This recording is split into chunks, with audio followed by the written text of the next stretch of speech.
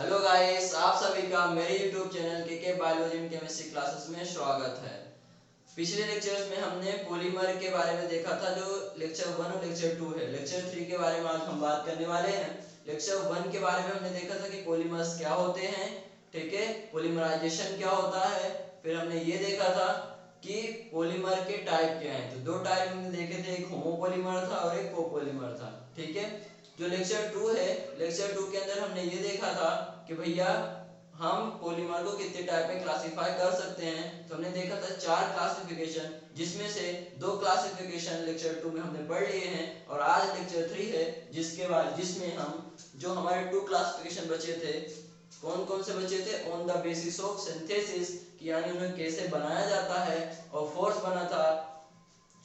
बचा हुआ था on the basis of intermolecular force, यानी उनके बीच में कौन सा फोर्स बल काम करने वाला है, ठीक है। तो चलिए, ठीक है, लेक्चर 1 और लेक्चर 2 जिसने नहीं देखा है वो इस वीडियो के अंदर आपको डिस्क्रिप्शन में मैं लिंक देने वाला हूं, तो आप उसे जाकर देख लें, तभी आप ये लेक्चर समझ पाएंगे, ठीक है। चलिए तो स्टार्ट करते हैं। हम बात करने वाले हैं आज थर्ड टाइप का, जिसका नाम है on the basis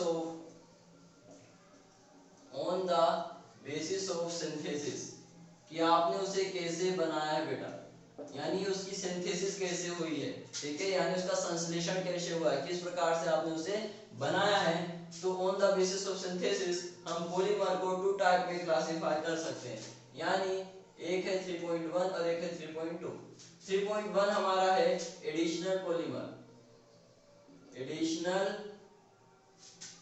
addition polymer, और दूसरा है कंडेंसेशन, यानी एक एडिशन रिएक्शन के थ्रू बना है और एक कंडेंसेशन, ठीक है। तो एक है एडिशन और दूसरा है कंडेंसेशन, यानी on the basis of synthesis की यदि हम बात करें तो हम पॉलीमर को 2 टाइप से बनाने वाले हैं, एक तो एडिशन की प्रोसेस से और दूसरा कंडेंसेशन की प्रोसेस से। तो एडिशन से कैसे बनाएंगे और कंडेंसेशन से कैसे बनाएंगे, तो देखते हैं। एडिशन से बनने वाले पॉलीमर एडिशनल पॉलीमर कहलाएंगे और कंडेंसेशन मेथड से बनाने वाले क्या कहलाएंगे, कंडेंस पॉलीमर कहलाने वाले। तो हम सबसे पहले बात करने वाले बेटा एडिशनल पॉलीमर की, ठीक है, एडिशनल पॉलीमर, ठीक है, यानी ये कौन से प्रोसेस से बनने वाले हैं, एडिशन की प्रोसेस से बनने वाले हैं। क्या होता है इसके अंदर कि बेटा मान लो एग्जांपल के तौर पे इसमें क्या होता है, एक मोनोमर ये है, दूसरा मोनोमर ये है। जब ये मोनोमर आपस में जुड़ते हैं, ठीक है, तो मोनोमर के जुड़ने से क्या मिलता है, आपको पॉलीमर मिलता है। ये आपको मैं पढ़ा चुका हूं कि भैया मोनोमर जुड़ेंगे तो आपको क्या देखने को मिलेगा, पॉलीमर देखने को मिलेगा। लेकिन बेटा जब ये मोनोमर जुड़ते हैं यानी बनते हैं, ठीक है, जब ये पॉलीमर बनेगा मोनोमर के जुड़ने से, तो पॉलीमर के बनने के समय, ठीक है, जो मोनोमर्स हैं उनके बीच में जब बॉन्ड फॉर्मेशन होगा, यानी जब वो ज्वाइन करेंगे एक मोनोमर दूसरे मोनोमर से, ठीक है, जुड़ेंगे, तो क्या वहां पे कोई पदार्थ निकल रहा है, कोई भी अणु निकल रहा है, कोई भी परमाणु निकल रहा है, यानी वहां से कोई प्रोडक्ट, कोई भी मेटर, ठीक है, कोई भी प्रोडक्ट, कोई भी मॉलिक्यूल्स, कोई भी एटम्स वहां से क्या हो रहा है, एलिमिनेट हो रहा है। यानी एलिमिनेट का मतलब निकलना, वहां से निकल रहा है क्या, यदि निकल रहा है, एलिमिनेट हो रहा है, तो होता है कंडेंसेशन, तो उसे हम कंडेंसेशन कहते हैं।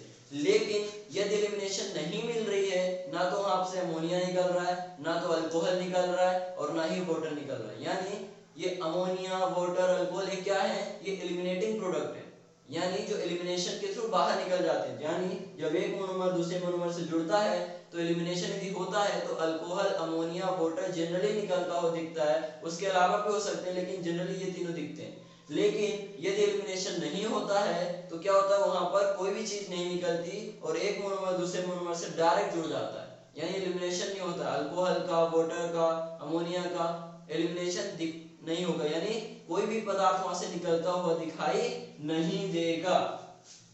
जैसे एक मोनोमर दूसरे मोनोमर से जुड़ेगा, पॉलीमर फॉर्मेशन होगा, तो यहाँ पे क्या होने वाला है, एलिमिनेशन नहीं देखने को मिलेगा, यानी एलिमिनेशन की प्रोसेस नहीं होगी, यानी एलिमिनेशन नहीं देखने को मिलेगा, यानी वहां पे वाटर, ठीक है, अमोनिया, अल्कोहल, ठीक है, वाटर, अमोनिया, अल्कोहल, ये तीनों जो चीजें एलिमिनेशन में दिखती हैं ये भी आपको देखने को नहीं मिलने वाली है। ठीक है, तो यानी जब एक मोनोमर दूसरे मोनोमर से जुड़ेगा तो पॉलीमर फॉर्मेशन होगा, लेकिन एलिमिनेशन नहीं होगा। ठीक है, डायरेक्ट क्या होगा, डायरेक्ट ये क्या करेंगे, ज्वाइन करेंगे एक दूसरे को, क्या करेंगे, डायरेक्ट ज्वाइन करने वाले हैं, एलिमिनेशन नहीं देखने को मिलने वाला है। तो ऐसे पॉलीमर को हम बोलते हैं एडिशनल पॉलीमर। क्या बोलते हैं, एडिशनल पॉलीमर। यानी जब एडिशन यानी योगात्मक, हिंदी में बोलते हैं योगात्मक, योगात्मक रिएक्शन जब होती है, एडिशन रिएक्शन जब होता है तो कोई भी एलिमिनेशन नहीं होता, यानी ये चीज आपको निकलती हुई दिखेगी, सीधे एक मोनोमर दूसरे से जुड़ जाते हैं। ये तो रही समझाने बात। एक्सप्लेन करने के लिए एक एग्जांपल उठाता हूं मैं। ठीक है, एक एग्जांपल उठाता हूं, ठीक है, जिसका नाम है पॉलीथीन। ठीक है, पॉलीथीन ऐसा पॉलीमर है, ठीक है, पॉलीथीन, ठीक है, पॉलीथीन एक पॉलीमर है, सबको पता है। अभी पिछले लेक्चर्स में मैं आपको बता के आ चुका हूं कि पॉलीथीन क्या है, एक पॉलीमर है। ठीक है, और ये किस टाइप का पॉलीमर, एडिशनल पॉलीमर है। ठीक है, कैसे पता चलेगा एडिशनल है, तो आपको मैं दिखाता हूं।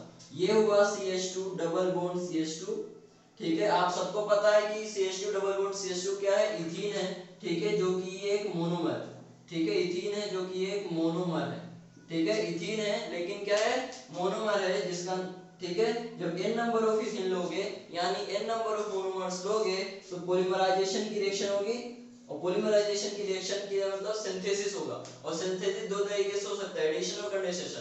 तो जो इस टाइप के मोनोमर्स होते हैं उनके अंदर क्या होता है, CH2 सिंगल बॉन्ड CH2, ठीक है, और एक बॉन्ड फ्री। क्यों, क्योंकि मैंने आपको बताया था कि जब इथीन टूटता है तो उसका दो डबल बॉन्ड होता है ना, वो वीक होता है, तो एक बॉन्ड क्या होता है, टूट जाता है, एक बॉन्ड के टूटने से यहाँ एक बॉन्ड आया और वहाँ एक एक वैलेंसी ये फ्री हो गई। क्यों फ्री हुई है, क्योंकि जो n नंबर ऑफ मॉलिक्यूल्स आपने लिए हैं, मोनोमर्स लिए हैं, वो क्या हो जाएंगे, यहाँ पर आएंगे, यहाँ पर आएंगे, मतलब ये इसका मतलब क्या है, ब्रैकेट के अंदर ये क्या है, एक मोनोमर है। ठीक है, इसके अंदर n लगा दिया यानी n नंबर ऑफ मोनोमर, यानी n नंबर ऑफ मोनोमर इस चेन में जुड़ेंगे और क्या फॉर्म करने वाले, पॉलीथीन। क्या बनाने वाले हैं, पॉलीथीन। ठीक है, जिसका जो कि एक टाइप का क्या है, पॉलीमर, यानी मोनोमर था उससे तुमने पॉलीमर बनाया है, ये इथीन था, ये तुम्हें क्या देखने को मिल गया है, पॉलीथीन देखने को मिल गया है। आपने क्या यहाँ पे देखा कुछ चीज निकलती हुई, यानी मैंने अभी इसको इससे जोड़ भी दिया, आपको कुछ निकलता हुआ दिखा क्या, कुछ नहीं, सिर्फ एक बॉन्ड टूटा है, बॉन्ड के टूटने के कारण यहाँ पर नई ब्रांचेस जुड़ने वाली हैं, यानी नए इथीन मोनोमर्स जुड़ जुड़ के एक चेन बनाने वाले हैं, यानी यहाँ पर एलिमिनेशन देखने को नहीं मिला। इसलिए किसके एग्जांपल, एडिशनल पॉलीमर का। दूसरा एग्जांपल भी मैं आपको देने वाला हूँ, दूसरा, ये पहला एग्जांपल है, दूसरा एग्जांपल मैं यहाँ पे दे रहा हूँ आपको। ठीक है, CF2 डबल बॉन्ड CF2, इसको हम बोलते हैं टेट्राफ्लोरो इथीन,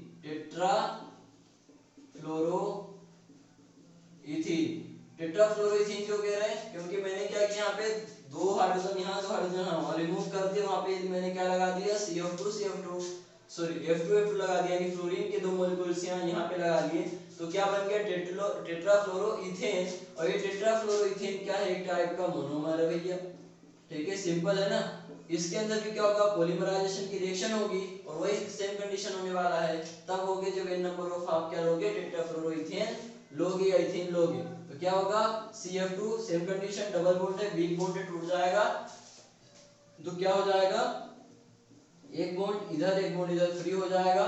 ठीक है, और यहाँ क्या हो जाएगा, n, यानी n नंबर ऑफ मॉलिक्यूल जो होंगे मोनोमर होंगे वो आपस में जुड़ जाएंगे, तो ये क्या बन जाएगा, टेट्राफ्लोरो इथीन। तो था पहले क्या था, टेट्राफ्लोरोइथीन, अब आगे क्या लगाना पड़ेगा, पॉली, क्योंकि ये क्या है, मोनोमर है और ये क्या है, पॉलीमर है। तो हमने क्या किया, सेम ही तो है, हमने क्या किया है कि इसके अंदर भी F2 लगा दिया H2 की जगह और उसे डबल बॉन्ड तोड़ा, पॉलीमराइजेशन हुआ, तो जितने भी नंबर ऑफ मोनोमर्स होंगे वो एक चेन में जुड़ जाएंगे, पॉलीटेट्राफ्लोरोइथेन बनाएंगे, यानी पॉलीमर बनाएगा। और क्योंकि यहाँ पे तुमको क्या दिख रहा है, एक बॉन्ड टूट के पूरी रिएक्शन हुई है, यहाँ पर भी कुछ एलिमिनेशन देखने को नहीं मिल रहा है, इसलिए ये भी किसका एग्जांपल है, एडिशनल पॉलीमर का एग्जांपल है। ठीक है, यानी इसके अंदर भी कौन सी रिएक्शन देखने को मिल रही, एडिशन, योगात्मक अभिक्रिया देखने को मिल रही है। ठीक है, तो आप भी इसको क्या बोलोगे, एडिशनल पॉलीमर कहेंगे। ठीक है, एलिमिनेशन कुछ भी नहीं होगा। ठीक है, अब हम बात करते हैं कंडेंसेशन की। ठीक है, तो मैं इसको यहाँ से हटाने वाला हूँ और कंडेंसेशन के बारे में अब हम देखने वाले हैं। ठीक है, चलिए तो आगे देखते हैं। कंडेंसेशन रिएक्शन में क्या होगा बेटा, अभी मैंने वहां पे क्या समझाया था कि एक मोनोमर है, ठीक है, वो आपस में दूसरे मोनोमर से जुड़ेगा, तो यहाँ से जब मोनोमर्स जुड़ते हैं तो पॉलीमर फॉर्म होता है। जब पॉलीमर फॉर्म होता है तो दो कंडीशन हो सकती है कि एलिमिनेशन, यानी एलिमिनेशन हो सकता है या फिर नहीं हो सकता, यानी कुछ चीजें वहां से निकल सकती है उनके जुड़ने से या नहीं निकल सकती। तो यहाँ पर क्योंकि हम कंडेंसेशन पढ़ रहे हैं तो कंडेंसेशन मतलब संघनन, जहां पर संघनन यानी कंडेंसेशन की बात आती है वहां पे एलिमिनेशन देखने को आपको मिलता है। पिछले जो पॉलीमर है, जो पिछला टाइप हम पढ़ के आए कौन सा एडिशन, वहां पर एलिमिनेशन मैंने क्रॉस किया था, यानी एलिमिनेशन नहीं होता, लेकिन यहाँ पर होता है। तो होता है तो किसका होता है, वही सेम कंडीशन, या तो अल्कोहल का होने वाला है, या तो वाटर का होने वाला है, या तो अमोनिया का होने वाला है। ठीक है, यानी आपको इन तीन चीजों वहां से निकलती हुई देखने को मिलेगी। इनके अलावा भी कुछ हो सकता है, लेकिन जनरली जो हम पॉलीमर देखने वाले हैं उसमें अल्कोहल देखने को मिलेगा, पानी देखने को मिलेगा, या फिर अमोनिया निकलता हुआ देखने को मिलेगा, और इनके निकलने से बॉन्ड फॉर्मेशन होगा। अभी जो एडिशन में देख रहे थे वहां पर इनके निकलने से नहीं बल्कि डबल बॉन्ड टूटने से बॉन्ड फॉर्मेशन हो रहा था और कोई भी चीज नहीं निकल रही थी, एलिमिनेशन नहीं हो रहा था। यहाँ पर क्या होगा, एलिमिनेशन के कारण ही बॉन्ड फॉर्म होगा, यदि एलिमिनेशन नहीं होगी तो बॉन्ड फॉर्मेशन नहीं होगी, और एलिमिनेशन होगा तो किसका होगा, अल्कोहल का, वाटर का, अमोनिया का। जब ये निकलेंगे वहां से, जब एक मोनोमर दूसरे मोनोमर से जुड़ेगा तो इनका एलिमिनेशन होगा, फिर बॉन्ड फॉर्मेशन होगा। आपको एग्जांपल करके मैं समझाता हूँ। ठीक है, तो यानी सिंपल बोलो तो इसमें क्या होगा, एक मोनोमर दूसरे मोनोमर से जुड़ेगा, पॉलीमर फॉर्मेशन करेगा, लेकिन जो पॉलीमर फॉर्मेशन करेगा तो एलिमिनेशन भी देखने को आपको मिलेगा। किसको मिलेगा, अल्कोहल का, वाटर का, अमोनिया का। एग्जांपल बता रहा हूं आपको, देखिए। ठीक है, एग्जांपल की मैं बात करूं तो मैंने ले लिया नायलॉन 66। अब नायलॉन 66 का मैंने बताया था कि नायलॉन 66 टू मोनोमर से मिलकर बनता है। ठीक है, और जो दो मोनोमर है कौन कौन से हैं, ठीक है, दो मोनोमर मतलब सॉरी टू टाइप के मोनोमर। ठीक है, दो मोनोमर क्या, कोई भी पॉलीमर बनता है तो उसके पास बहुत सारे मोनोमर होते हैं, लेकिन यहाँ पे टाइप डिपेंड करता है कि एक ही टाइप का है कि डिफरेंट टाइप का। एक ही टाइप का जैसे पॉलीथीन, ठीक है, टेफ्लॉन हो गया, जिसको अभी पॉलीटेट्राफ्लोरीथीन बोले थे बेटा, उसका नाम मिस हो गया, याद रखना, उसको टेफ्लॉन कहते हैं। ठीक है, पॉलीविनाइल क्लोराइड हो गया, पॉलीक्रोनोनाइट्राइड हो गया, जो मैं पिछले लेक्चर्स में आपको बता के आ चुका हूँ। ठीक है, अभी आगे भी इनके बारे में वापस पढ़ेंगे, टेंशन लेने की बात नहीं है। ठीक है, जिसको नहीं समझ में आया कोई बात नहीं, अभी आगे देखने वाले। तो सारे कैसे थे, एडिशन वाले थे। ठीक है, और एक ही टाइप के मोनोमर से बनते थे। ये जो हैं ये कौन है, कंडेंसेशन, और दो टाइप के मोनोमर से बनने वाले हैं। पहला मोनोमर इनका होता है एडिपिक एसिड। ठीक है, पहला क्या है, एडिपिक एसिड, जिसका फॉर्मूला होता है CH2 COOH और COOH। ये क्या है, एडिपिक एसिड है। दूसरा मोनोमर जो नायलॉन 66 का होता है वो होता है hexa methylene diamine. Hexamethylene diamine है। ठीक है, तो हेक्सामिथाइलिन क्या होता है बेटा, हेक्सामिथाइलिन होता है NH2 CH2 6 और NH2। तो ये उसका फॉर्मूला है हेक्सामिथाइलिन डायमीन का। ठीक है, तो हेक्सामिथाइलिन और डायमीन यानी दो NH2 देखने को मिल रहे हैं, यानी दो अमीन है, इसलिए बोल रहे हैं इसको डायमीन। अब मैं ये तो हो गया कि इसके अंदर जो मोनोमर क्या है। अभी तो कंडेंसेशन की प्रोसेस मैंने दिखाई, कंडेंसेशन कैसे हो रहा है। तो अब देखो, जब एक मोनोमर जैसे कि मैंने लिया COOH CH2 14 4 और COH, ये दिख रहा है आपको एडिपिक एसिड। जब एडिपिक एसिड जुड़ेगा किससे, हेक्सामिथाइलिन डायमीन से। ठीक है, हेक्सामिथाइलिन डायमीन से जुड़ेगा ना बेटा, तभी तो क्या फॉर्मेशन होने वाला है, तभी तो आपको क्या देखने वाला है, क्या देखने को मिलेगा, पॉलीमर देखने को मिलेगा, यानी पॉलीमराइजेशन की रिएक्शन होगी और आपको पॉलीमर देखने को मिलेगा। अब देखो कैसे, कंडेंसेशन क्यों बोल रहे हैं, क्योंकि जब ये दोनों आपस में जुड़ेंगे तो आपको पता है कि यहाँ पे क्या दिख रहा है आपको बेटा, OH, और यहाँ क्या दिख रहा है NH2। मैं NH2 को क्या ऐसा लिख सकता हूँ बेटा, HHN, NH2 है ना, तो मैंने उसको क्या कर दिया NHH, यानी दो जो H थे उसके पास मैंने उनको ओपन करके लिख दिया ऐसे। ठीक है, ऐसे इसलिए लिखा मैं क्योंकि आपको यहाँ OH दिख रहा है, ये OH इसमें से एक H को लेके जाएगा, यानी एक H को जुड़ेगा एक H से और क्या करने वाला है -H2O। वाटर फॉर्म हुआ बेटा। देखो OH इसमें से जो NH2 था उसको अलग ओपन किया ताकि एक हाइड्रोजन इससे मैं दिखा पाऊं आपको जाता हुआ, तो OH और H -H2 हो गया, बाहर निकल गया। यानी देखो एलिमिनेशन हुआ किसका हुआ, वाटर का हुआ एलिमिनेशन।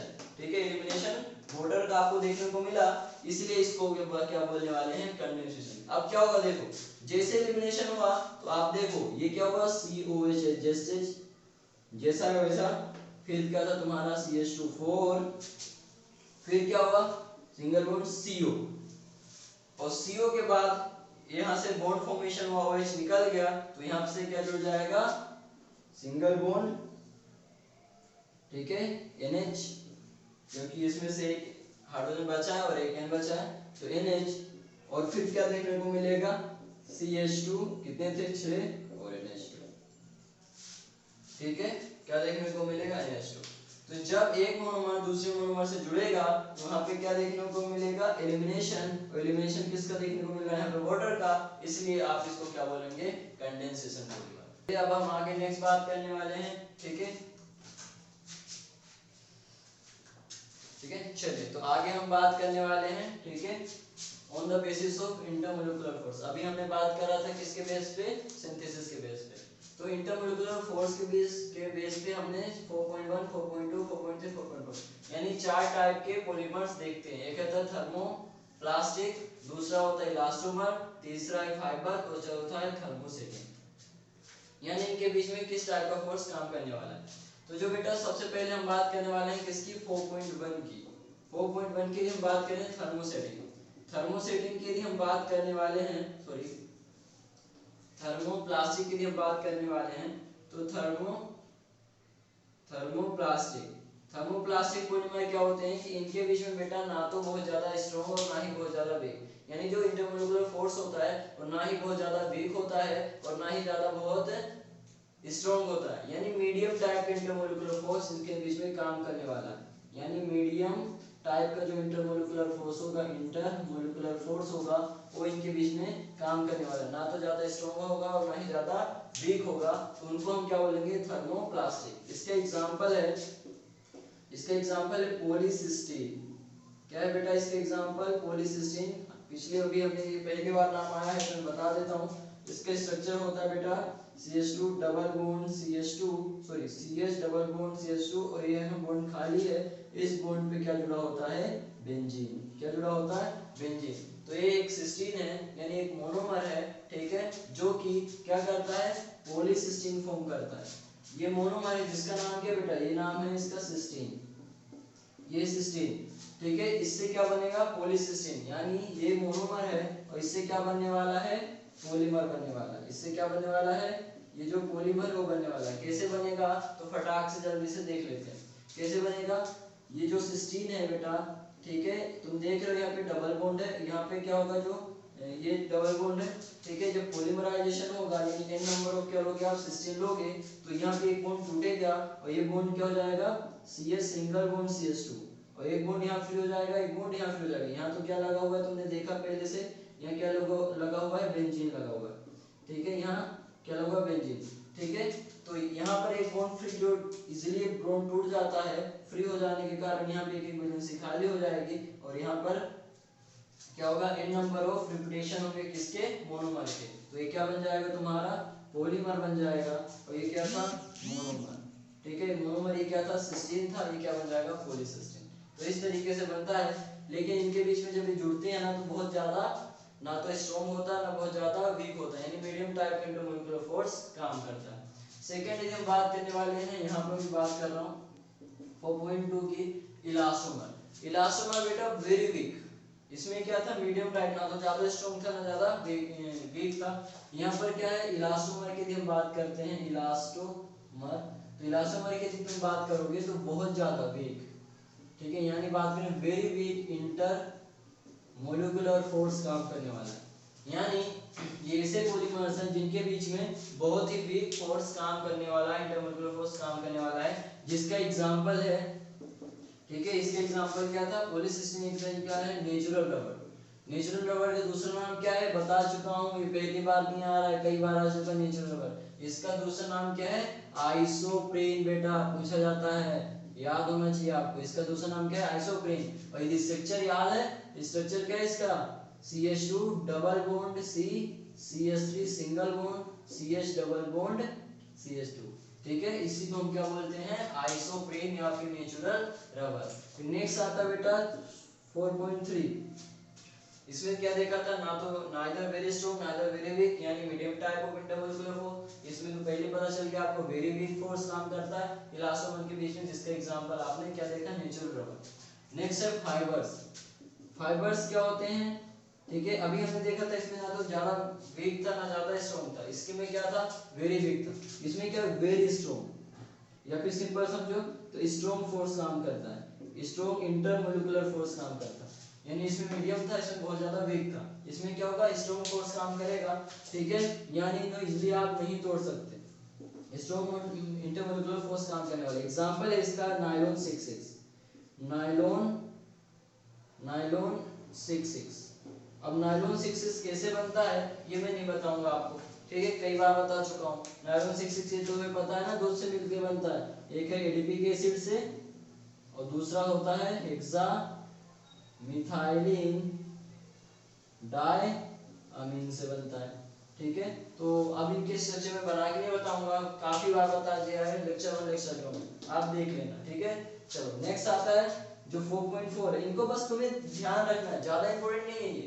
ठीक है, इसलिए इंपॉर्टेंट क्या आते हैं, जो 3 थे उनके बेस पे कई बार एग्जाम में क्वेश्चन आते हैं। ठीक है, इसलिए मैं इनको जल्दी जल्दी शॉर्ट में बता रहा हूँ। ठीक है, नेक्स्ट जो 4.4 वो क्या है, थर्मोसेटिंग। हाँ, ये थोड़ा सा इंपॉर्टेंट है, इसका एग्जांपल बहुत इंपॉर्टेंट है। ठीक है, तो याद रखना थर्मोसेटिंग क्या होता है बेटा, very very strong, very very strong intermolecular force, यानी इनके बीच में ना बेटा बहुत ही ज्यादा स्ट्रॉन्ग फोर्स काम करता है, जिसके कारण ये क्या होते हैं, टेम्परेचर में भी यदि टेम्परेचर दोगे तो भी क्या होंगे, ये स्टेबल होंगे।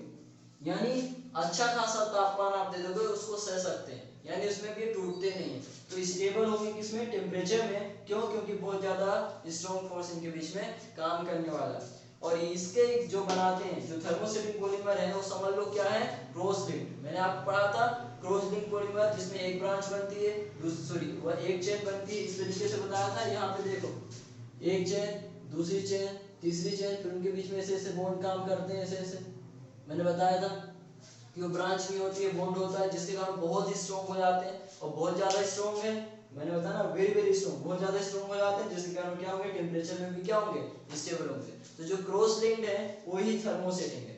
ठीक है, क्योंकि वो टेम्परेचर को सह सकते हैं, उसका नाम है थर्मोसेटिंग। थर्मो मतलब टेम्परेचर, जो टेम्परेचर को भी सह सकते हैं। और इसके एग्जांपल क्या थे याद हो तो, क्रॉस लिंक के एग्जांपल क्या थे बेटा, बेकेलाइट, बेकेलाइट था। ठीक है, रेजिन, रेजिन कौन सा, मेलामाइन हो सकता है, यूरिया का रेजिन हो सकता है, मेलामाइन हो सकता है, जिसको मेलमेक कहते हैं। ठीक है, तो ये एग्जांपल हो गए थर्मोसेटिंग के। तो 3 जो हमने पढ़े थे यहाँ पर क्रॉस लिंक के अंदर, बेकेलाइट पढ़ा था, ठीक है, मेलामाइन फॉर्मल्डिहाइड रेजिन पढ़ा था, और यूरिया फॉर्मल्डिहाइड रेजिन पढ़ा था। तो ये जो दोनों आपने पढ़े 3 पढ़े थे, ये तीनों क्या बेटा थर्मोसेटिंग है, क्योंकि ये किस टाइप से बनते हैं, क्रॉस लिंक से बनते हैं। ठीक है, क्रॉस लिंक आपको वीडियो लेक्चर जो तुम्हारा सेकंड है उसमें आपको दिख जाएगा। ठीक है, पढ़ा चुका हूँ। ठीक है, इसलिए अभी यहाँ पे ज्यादा डिस्कस नहीं कर रहा हूँ, जिसको नहीं समझ में आया पीछे जाके देखें। ठीक है।